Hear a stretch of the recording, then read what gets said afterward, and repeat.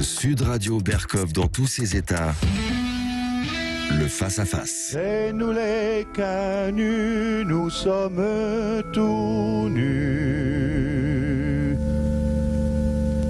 Mais notre règne arrivera quand votre règne finira.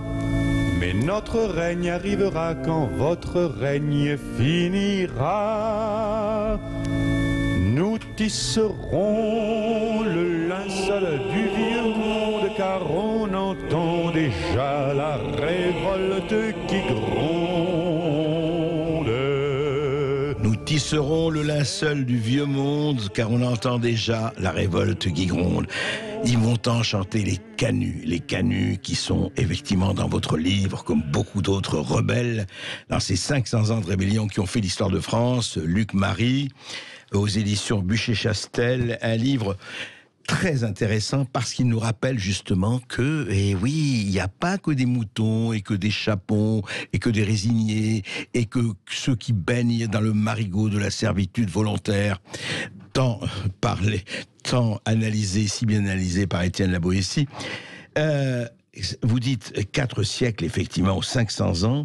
Et alors, cette rébellion, en fait, vous dites pas que la France a le monopole de la rébellion, bien sûr, tant d'autres pays l'ont eu, mais quand même, il y a quelque chose de spécifiquement français. C'est quoi, Luc Marie ?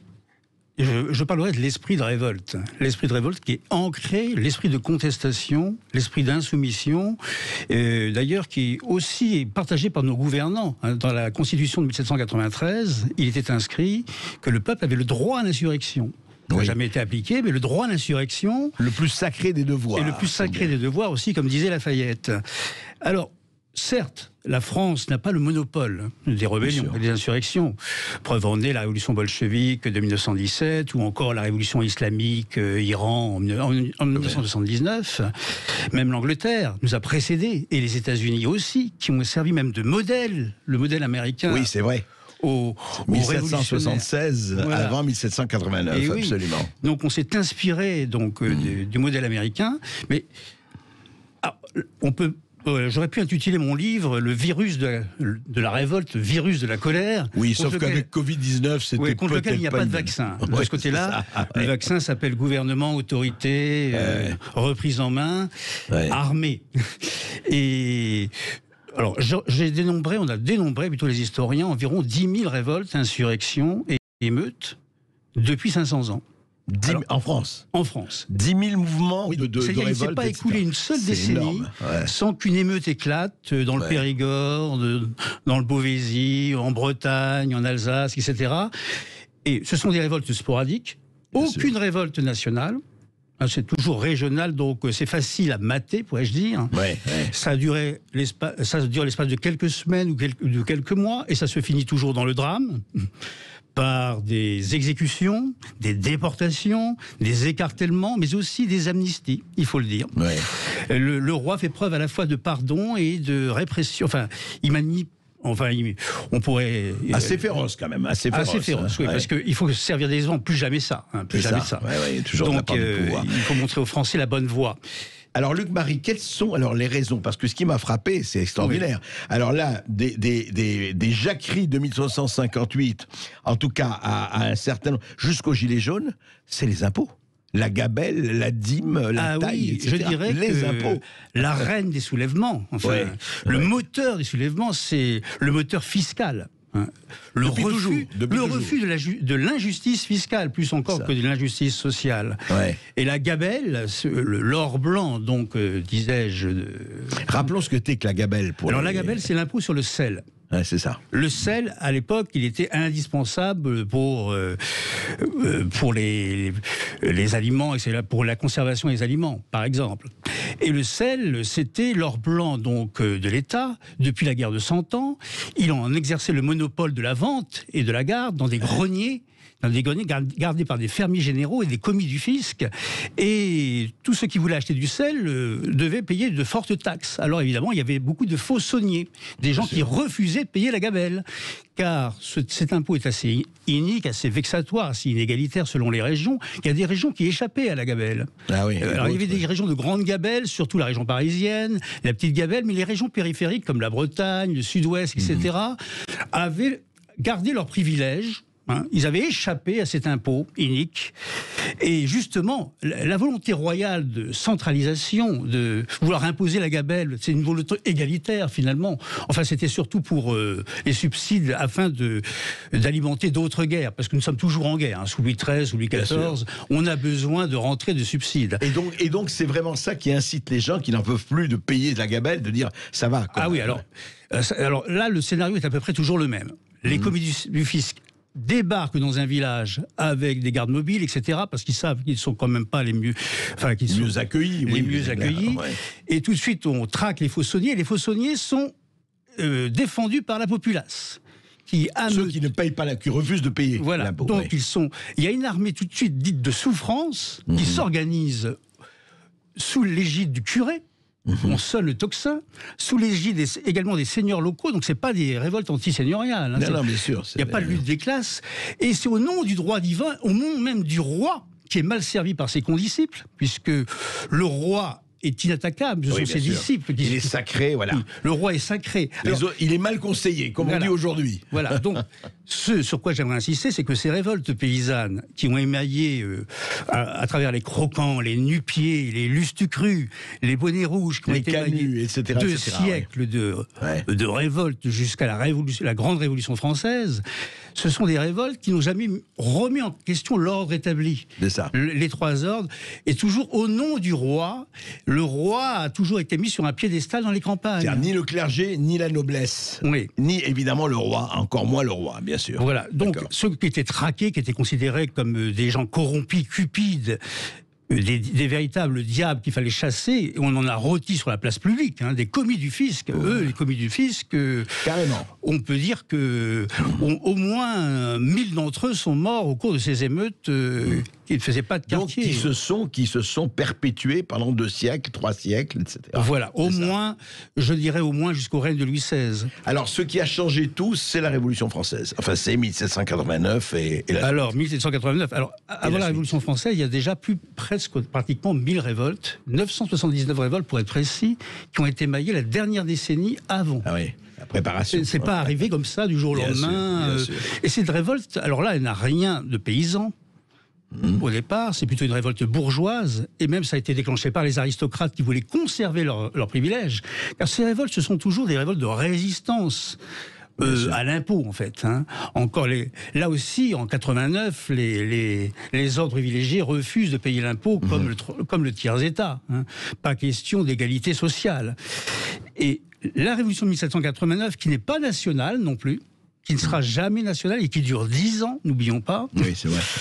Le point d'orgue, c'est 1792 avec la chute des Tuileries. Les Tuileries que les sans-culottes qualifiaient d'écuries des bêtes immondes. C'est vous dire la haine pour la monarchie, cette fois.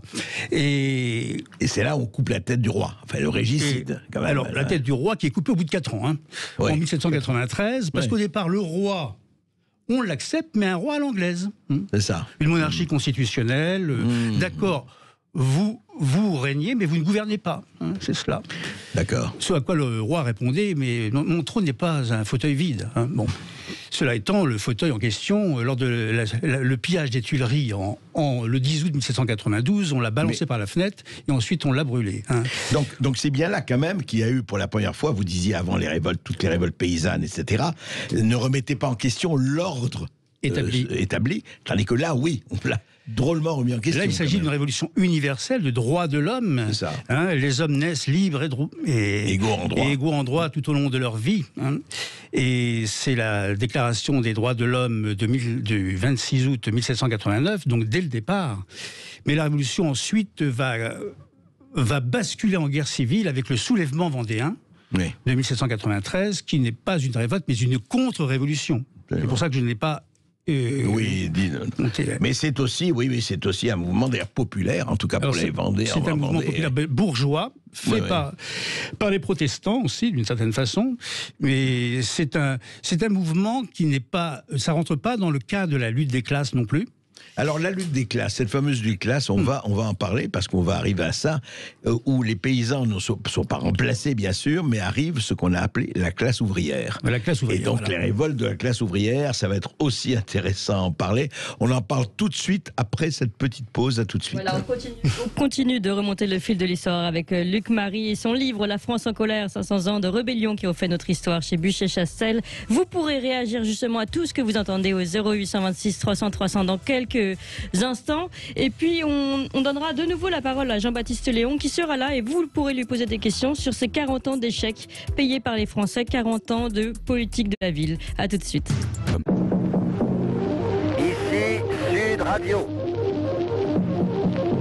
Les Français parlent aux Français. Les carottes sont cuites. Les carottes sont cuites. Sud Radio Berkov dans tous ses états. Et la France dans tous ses états, en tout cas pendant 500 ans, on verra si ça continue. Luc Marie, La France en colère, chez Buchet-Chastel, un livre à la fois d'histoire et un livre très très très présent. On a parlé donc des jacqueries, on est arrivé à la Révolution, on a montré le rôle que jouaient la taille, la gabelle et la dîme, donc les impôts, dans les révoltes paysannes et autres, puis la révolte bourgeoise aussi, et alors, je voudrais qu'on arrive, Luc Marie, malheureusement on peut pas résumer 500 ans en même en une demi-heure, c'est pas possible, d'ailleurs on en reparlera dans une autre émission, mais comment est arrivé et comment s'est formé et comment surtout a combattu les rébellions de la classe ouvrière en France? Alors, déjà, l'ouvrier, là, c'est une révolte dite de la misère. On se révolte plus au nom de la liberté de penser ou au nom de la liberté de ne pas payer d'impôts. Cette fois-ci, il s'agit, à compter des années 30, de 1830, et ça commence avec les canuts, c'est-à-dire les ouvriers tisserands de Lyon, qui à 2 reprises se soulève en novembre 31 et en avril 34. On est obligé d'envoyer l'armée. C'est une des premières révoltes ouvrières. C'est la première révolte ouvrière. C'est la première, oui. Véritablement sous la monarchie de Juillet, et c'est seulement 1 an après l'accession au pouvoir de Louis-Philippe. C'est ça. Louis-Philippe, parce qu'on a dit de la révolution de 1830. 1830, c'est une espèce de rupture idéologique. C'est un peu la révolution oubliée, mais c'est une révolution qui a oublié le prolétariat. C'est une révolution libérale. On a remplacé un Bourbon, le dernier des Bourbons, Charles X, par un orléaniste. Et ensuite, on s'est engagé dans une politique libérale qui a complètement oublié la misère ouvrière. D'accord. Et donc les canuts. Donc les canuts donnent le coup d'envoi de ces révoltes de la misère, qui sont au nombre de 5 ou 6 au cours du seul 19e siècle. Ensuite, il y a eu juin 1848, où la République, cette fois-ci, s'est coupée de sa base prolétarienne en tirant sur les ouvriers dans les quartiers de Belleville, avec les troupes du général Cavaignac. Oui. Et ensuite, on arrive à la Commune, 1870. Et là, c'est dans un autre contexte, c'est le contexte... 150 ans.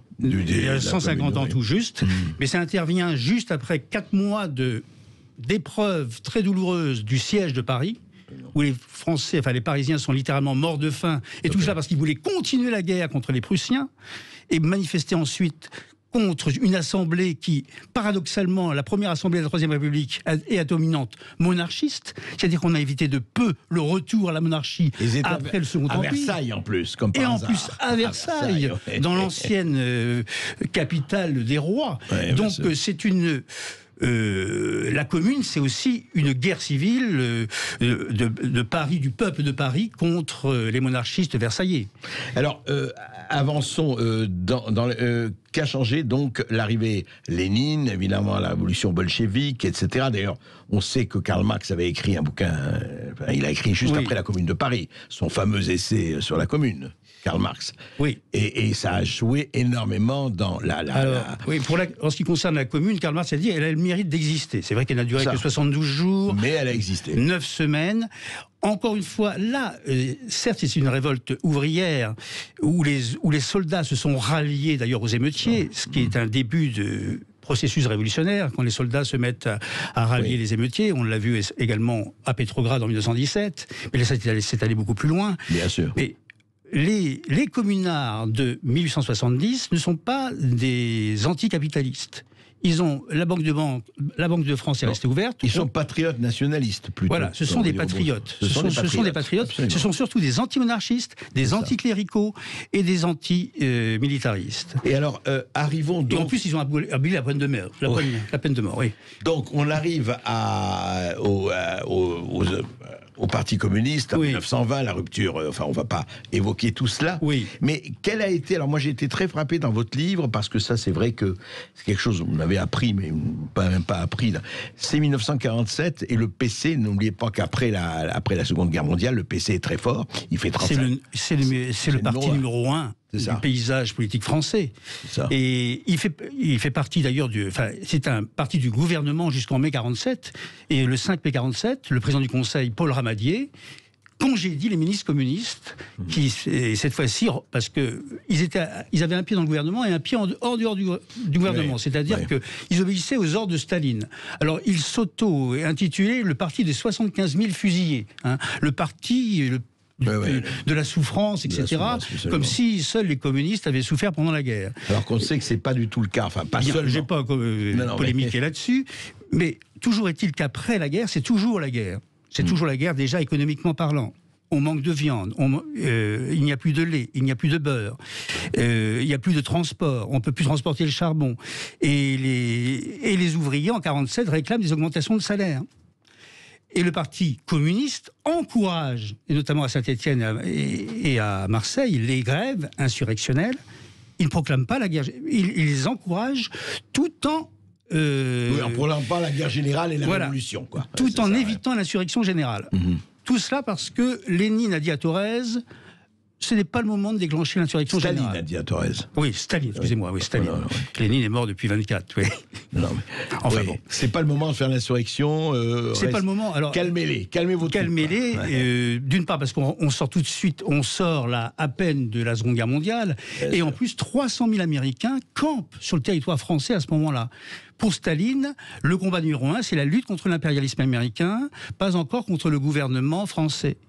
Donc il fallait. Et puis en 1947, seuls les États-Unis sont détenteurs de l'arme atomique. Si Staline veut le monde, il ne veut pas la guerre. Donc d'accord. Donc ça s'arrête au bout d'un moment, etc. Alors il y a deux grandes, pourrait-on dire, deux grandes périodes révolutionnaires. Fin 47, ça dure un mois. Il y a quand même une dizaine de morts parmi les ouvriers.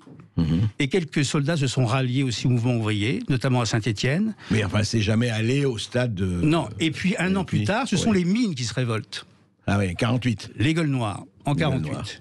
Les gueules noires, au nom de leur salaire, et aussi parce qu'on voulait, à propos d'une loi luttant contre l'absentéisme. Enfin bon. Mais la première révolte des gueules noires, pour ça, il faut remonter à 1869. C'est une révolte un peu oubliée de... Ouais. Et après 48, ça a été... Enfin, 68, on va en reparler après. Mais 68, on ne peut pas assimiler 68 à 48 ou à... Ah, ça n'a rien à voir. Rien à voir. 20 ans plus tard, nous sommes en période de pleine croissance. Les 30 glorieuses. Les fameuses 30 glorieuses. Les étudiants, tout démarre à Nanterre, avec la fermeture de la fac de Nanterre, sous fond de guerre de Vietnam, d'anti-impérialisme américain encore. Ensuite, on ferme la Sorbonne. Mais les 10 premiers jours, c'est une crise seulement universitaire. Tout à fait, oui. Il n'y a pas de morts dans les rues, mais il y a des blessés très graves. Et à partir du 13 mai... la révolte se convertit en révolte sociale, les grèves commencent... Avec la classe ouvrière qui rentre. La classe ouvrière, donc, emboîte le pas aux étudiants, mais entre les étudiants et les ouvriers, il y a tout un monde. Bien sûr. Les étudiants, c'est une révolution abstraite, on parle de grandes idées, d'utopie, c'est l'utopie au pouvoir. Alors que les ouvriers, c'est une révolte morale, alors que les ouvriers, ils sont staliniens, ils ne sont pas anarchistes. Et ils considèrent les étudiants comme des petits-fils à papa qui vivent de philosophie, quoi, et d'amour et d'eau fraîche. Et à l'inverse, les étudiants déconsidèrent les ouvriers qu'ils les considèrent comme des ignorants, à la solde du Parti communiste stalinien. Bon.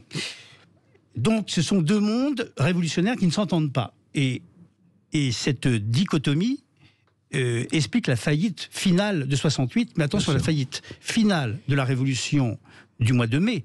Mais les étudiants ont gagné quand même la bataille des idées. Hein. C'est sûr. Et la bataille des idées, c'est-à-dire que 68, c'est la seule révolution morale qui est réussie.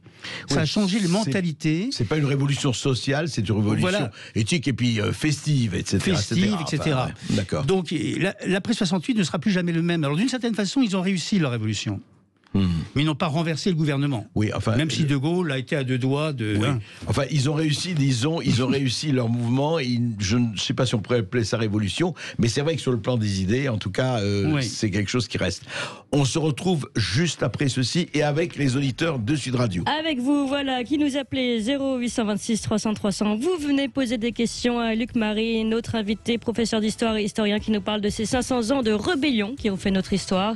Vous venez aussi poser des questions à Jean-Baptiste Léon, qui est avec nous, qui est de retour avec nous pour parler de la politique de la ville et de ce 40 ans d'échecs payés par les Français. On a quand même payés à 200 milliards d'euros. 200 à 400 milliards d'euros. Voilà.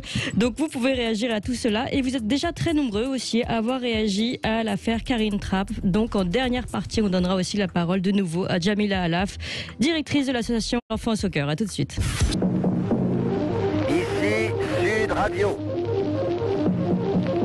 Les Français parlent au français. Les carottes sont cuites. Les carottes sont cuites. Sud Radio Berkov dans tous ses états. Alors nous sommes en nombre aujourd'hui autour de cette table de Sud Radio. Il y a évidemment André Berkov qui est là, mais on a aussi notre invité Jean-Baptiste Léon qui nous parle de la politique de la ville et des 40 ans d'échecs payés par les Français. Et puis notre invité pour son livre Luc Marie qui nous parle de la France en colère et les 500 ans de rébellion qui font notre histoire. Et puis vous aussi en plus, vous êtes là et vous nous appelez 0826 300 300. On donne la parole à Bernard qui nous appelle de Font-Romeu. Bonjour Bernard. Bonjour Bernard.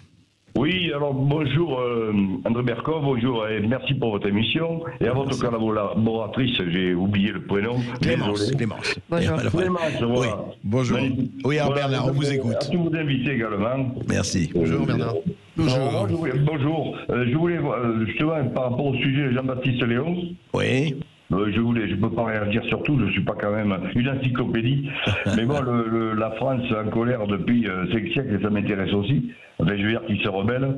C'est comme ça qu'on s'est construit. Alors, ce que je voulais dire, c'est un petit titre, je reprends un peu les filles de joie de Brassens.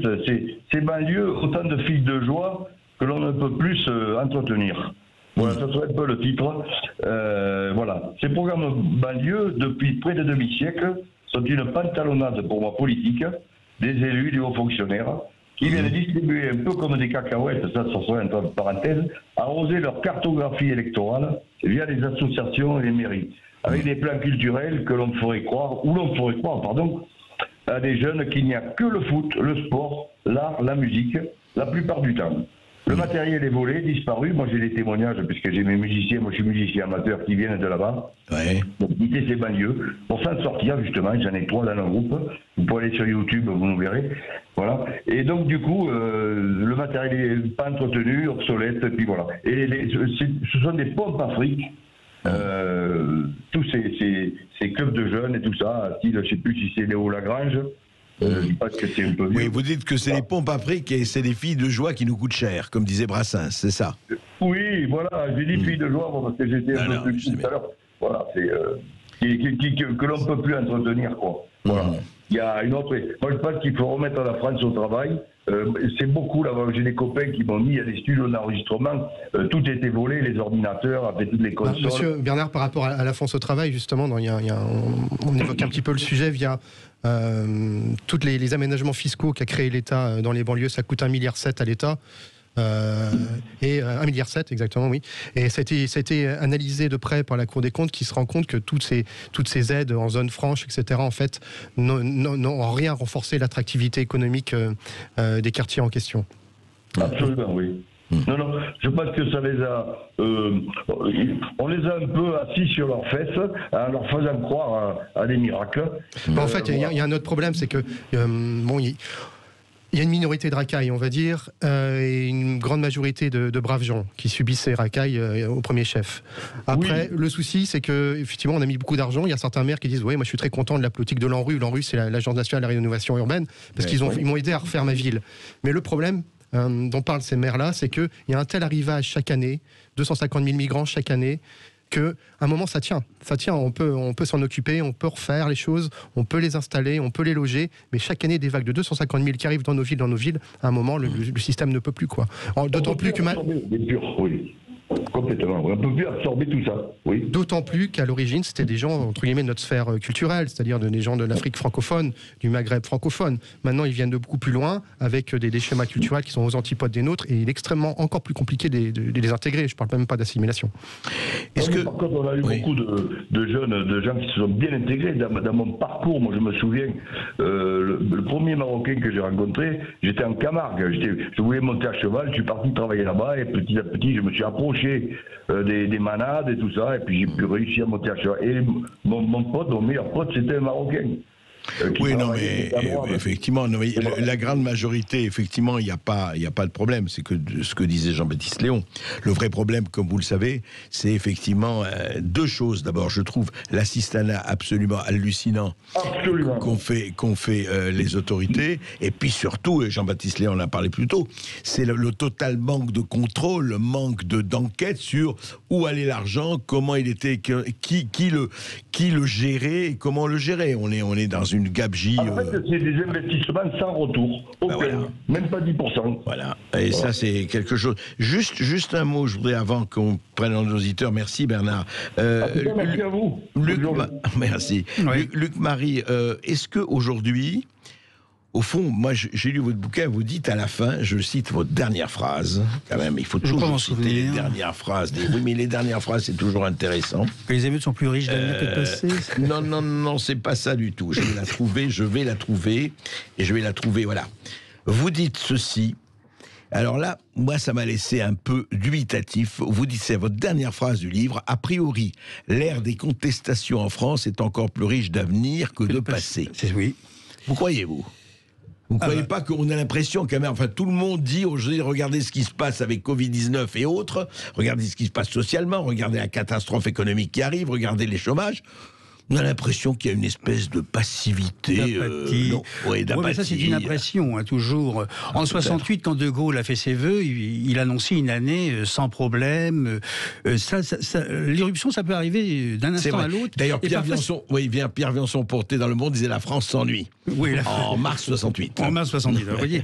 Donc, il y a une chose qui est sûre en histoire, c'est qu'on apprend qu'on ne peut pas prévoir, et les mêmes causes ne produisent jamais les mêmes effets. Ça, c'est une loi historique. Et donc, en ce qui concerne les émeutes du futur, il y en aura d'autres probablement, parce que j'ai dit que c'était ancré dans l'esprit français. Cela étant, je ne peux pas savoir quand. Non, bien sûr. Et là, en ce qui concerne... Non, mais la situation est telle qu'elle est. Alors, je dis pas... Alors, aujourd'hui, vous êtes d'accord, mais le Covid, ça ne concerne pas seulement la France. C'est un phénomène mondial, européen. Donc, les Français se sentent pas touchés spécifiquement par le Covid. C'est un phénomène global. Donc, d'ailleurs, en ce moment, il y a des émeutes. Il y a des micro-émeutes dans les banlieues quasiment quotidiennement. Oui, des micro-émeutes. Mais ça, c'était micro entre guillemets. Oui. Mais ça a toujours existé. Hein. Enfin, depuis longtemps. Depuis 40, 50 ans. 40 ans presque, oui, malheureusement. Mais ça peut basculer demain. Ça fait tache d'huile. Et il y a des révolutions qui ont... Par exemple, la révolution de février 48. Tout ça a basculé à cause de la perte de sang-froid d'un sergent. Le sergent Giacomini qui a tiré sur la foule. Il s'en est suivi 23 morts. Et c'est ainsi que la monarchie de Juillet a vécu. Donc, tout peut arriver. Il suffit d'un petit détail, qui produit des grands effets.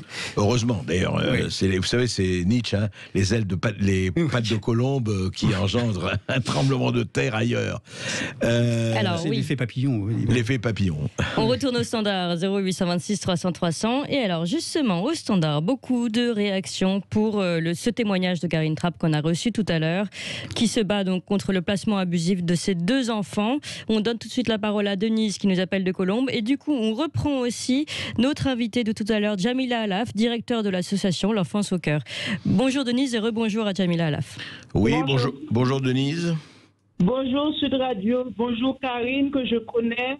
Alors Karine, on faisait une grève de la faim en 2018 devant l'Assemblée nationale, c'est quelqu'un que je connais. Ouais. Alors mon histoire, contrairement à Karine, c'est moi qui suis allée voir service social pour demander de l'aide pendant mon accouchement, mon troisième accouchement. Alors, comme j'étais toute seule, le père, il n'a pas voulu garder le bébé. J'avais besoin d'aide. Je dis à l'aide sociale à l'enfance de mes 2 premiers. D'accord. Pendant la période de mon accouchement. Alors, l'assistance sociale a été nommée par le juge de l'aide sociale à l'enfance et m'envoie devant un juge. Le juge a nommé une assistante sociale. L'assistante sociale m'a demandé de faire reconnaître mon fils par un couple. Alors, j'avais refusé. Ouais. Et après l'accouchement, mon fils a été reconnu par quelqu'un. Et depuis, j'ai déposé plainte. Je suis devant la justice. Pour me faire passer pour une folle, ils ont fait des faux rapports pour dire que je suis folle. Et il y a un psychiatre qui a été nommé, M. Toby Nathan. Il a dit, il suffit de faire un test ADN. Ouais, la justice n'a pas voulu. Alors là, mes enfants, ils sont placés, mais les 3 ensemble, depuis 2013.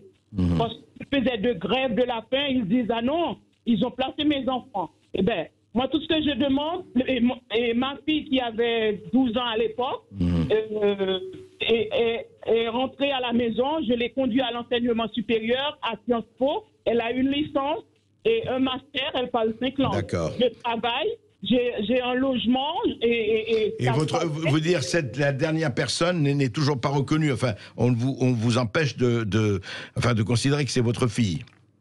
C'était mon fils, c'est mon votre dernier. fils, pardon, oui, absolument. Oui, mais il va falloir 10 ans pour annuler cette fausse déclaration, cette fausse déclaration de paternité. Là, j'ai eu gain de cause, mais il refuse que mes enfants rentrent à la maison. Je ne vois pas mes enfants depuis 3 ans et il n'y a aucun motif de placement, rien. Mon fils fait plusieurs tentatives de suicide. Il ne veut pas rester. Dès qu'il a appris que il est en placement pour une fausse déclaration de paternité, il a fait plusieurs tentatives de suicide. Il ne veut pas rester. La justice refuse que mes enfants rentrent à la maison.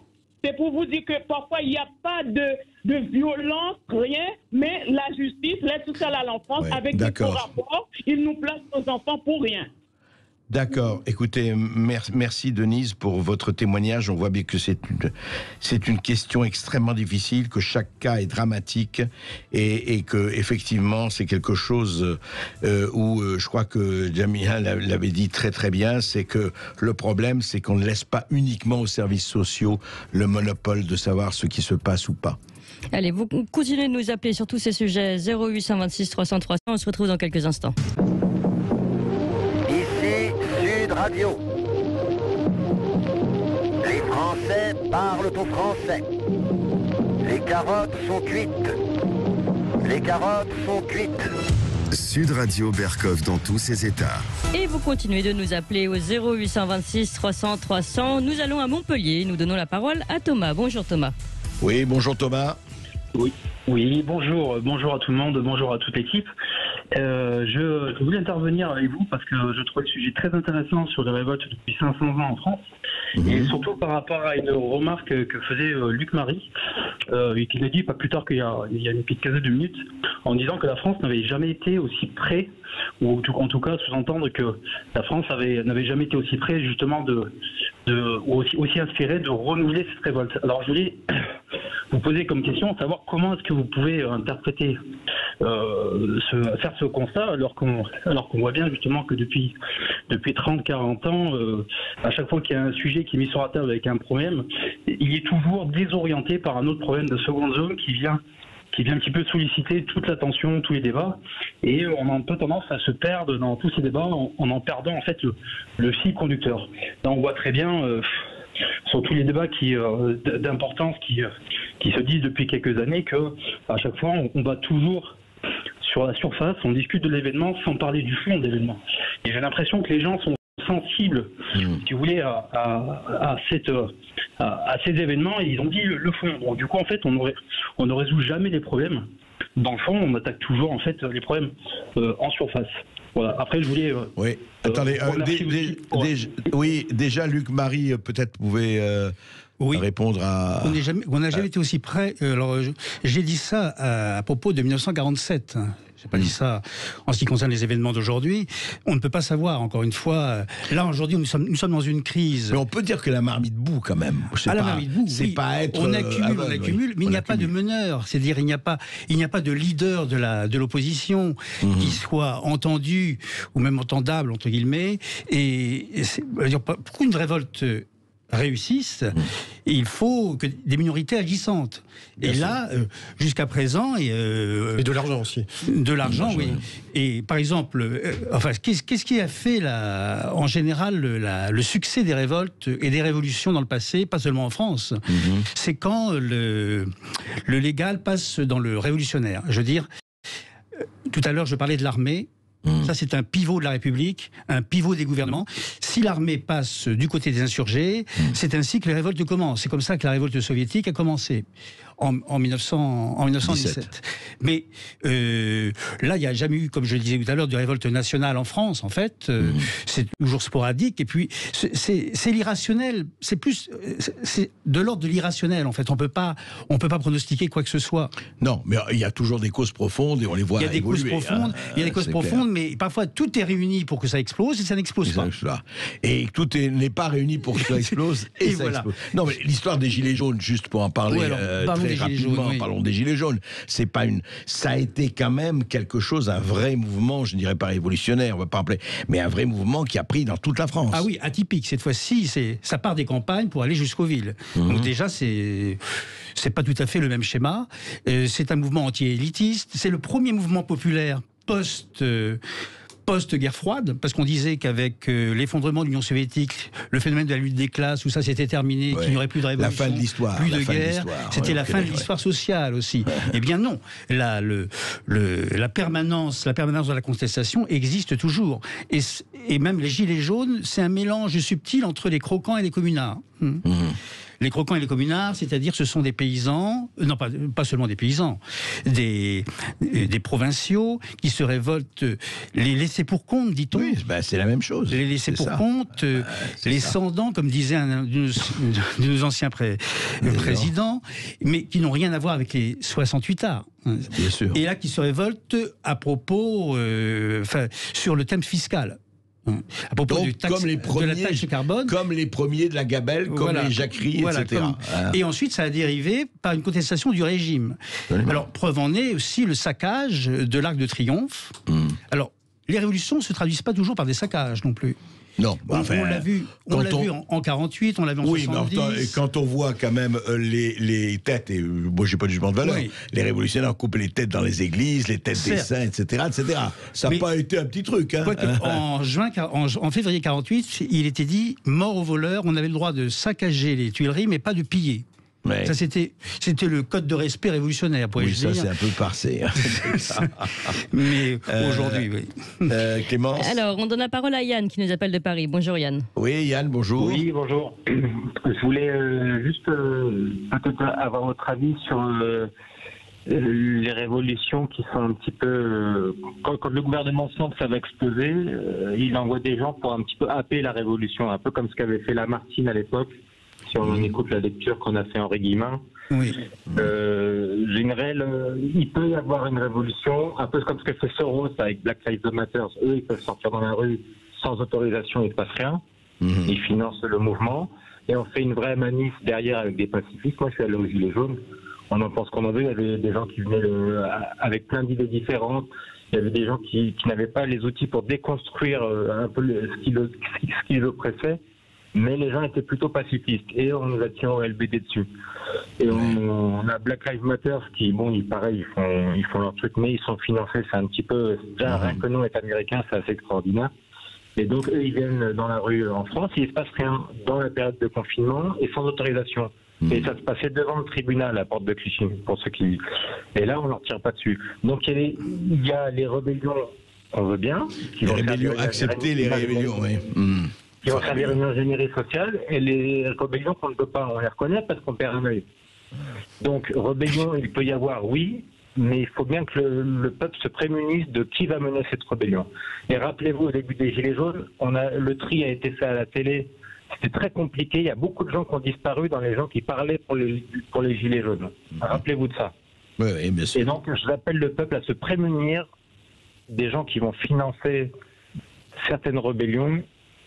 Et les vrais rebelles, pas pour la rébellion, on va dire, mais une évolution, même pas pour une révolution, une évolution avec un E majuscule. Et cela n'arrive pas à avancer. Oui, donc voilà. C'est toujours le problème, effectivement, des financements, des fausses. Mais le gouvernement, aujourd'hui, vit dans la hantise, toujours d'une révolution. Macron, le premier.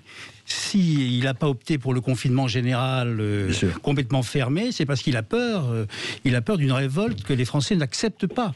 Il était traumatisé par ce qui s'est passé il y a quelques années au Puy-en-Velay, effectivement. Oui, on a vu, suite à des problèmes à la préfecture, il est venu avec son épouse. Et là, le Puy-en-Velay, ça a été un électrochoc aussi. C'était le 1er décembre, c'était le jour même du saccage, d'ailleurs, de l'acte de la Et on l'a vu beaucoup plus pacifique quand il est allé récemment, ces jours-ci, à l'hôpital de Poissy, où on a vu l'enthousiasme avec lequel il était.